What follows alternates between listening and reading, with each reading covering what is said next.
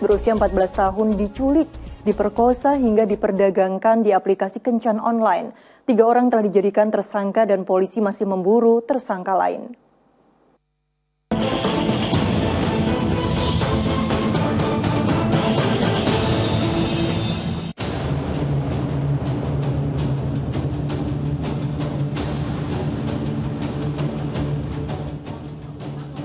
Lelaki yang mengenakan jaket kulit ini tak bisa lagi menahan amarahnya saat menemui salah satu tersangka pemerkosa putrinya.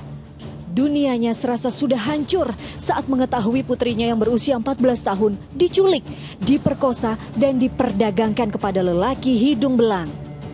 Kasus ini terungkap setelah sang ayah membuat berita kehilangan putrinya di media sosial pada 15 Desember.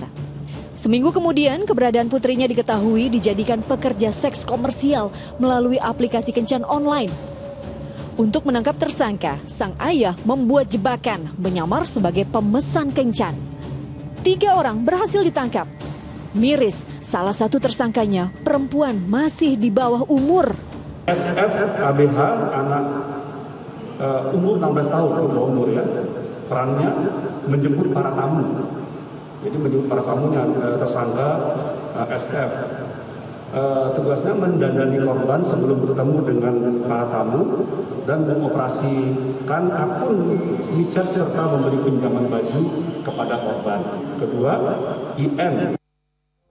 Kasus ini bermula saat September lalu korban berkenalan dengan tersangka MS di media sosial. 2 minggu setelah berkenalan, tersangka mengajak kencan korban di tempat penginapan selama 2 hari. Tersangka MS kemudian menghilang tanpa kabar dan awal bulan Desember korban berkenalan dengan tersangka IM yang tak lain teman dari tersangka MS.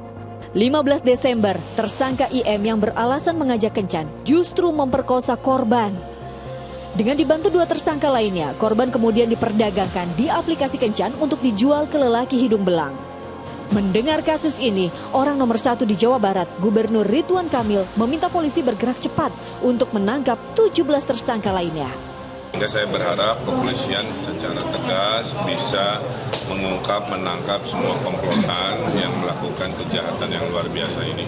Dan mudah-mudahan secepatnya ditangkap, diadili, dan dihukum seberat-beratnya. Korban kini dalam keadaan trauma berat atas apa yang dialami. Pertama, kami sangat mengutuk kejadian ini ya, karena sangat biadab dan tidak berperi kemanusiaan. Anak 14 tahun, jadi tindak pidananya mungkin ya udah dari kekerasan seksual, lalu ada tindak pidana penjualan eksploitasi, lalu TPPO ya, perdagangan orang. Pelaku semua dihukum seberat-beratnya. Bahwa korban memang stres berat, depresi, sampai nangis terus, katanya teriak-teriak terus.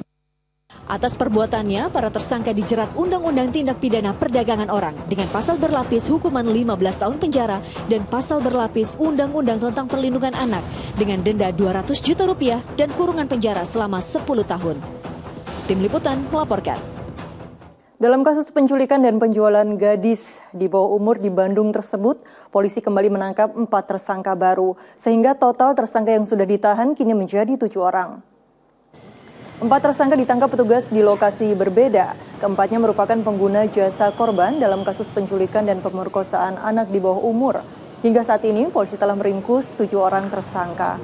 Petugas juga masih melakukan pengejaran terhadap 13 tersangka lainnya. Atas perbuatannya, para tersangka ini terancam hukuman 15 tahun penjara. Untuk saat ini, 3 tersangka ini telah kami lakukan tahanan di sel tahanan Polrestabes Bandung, dan sampai saat ini masih dalam rangka pendalaman berkas perkara ini.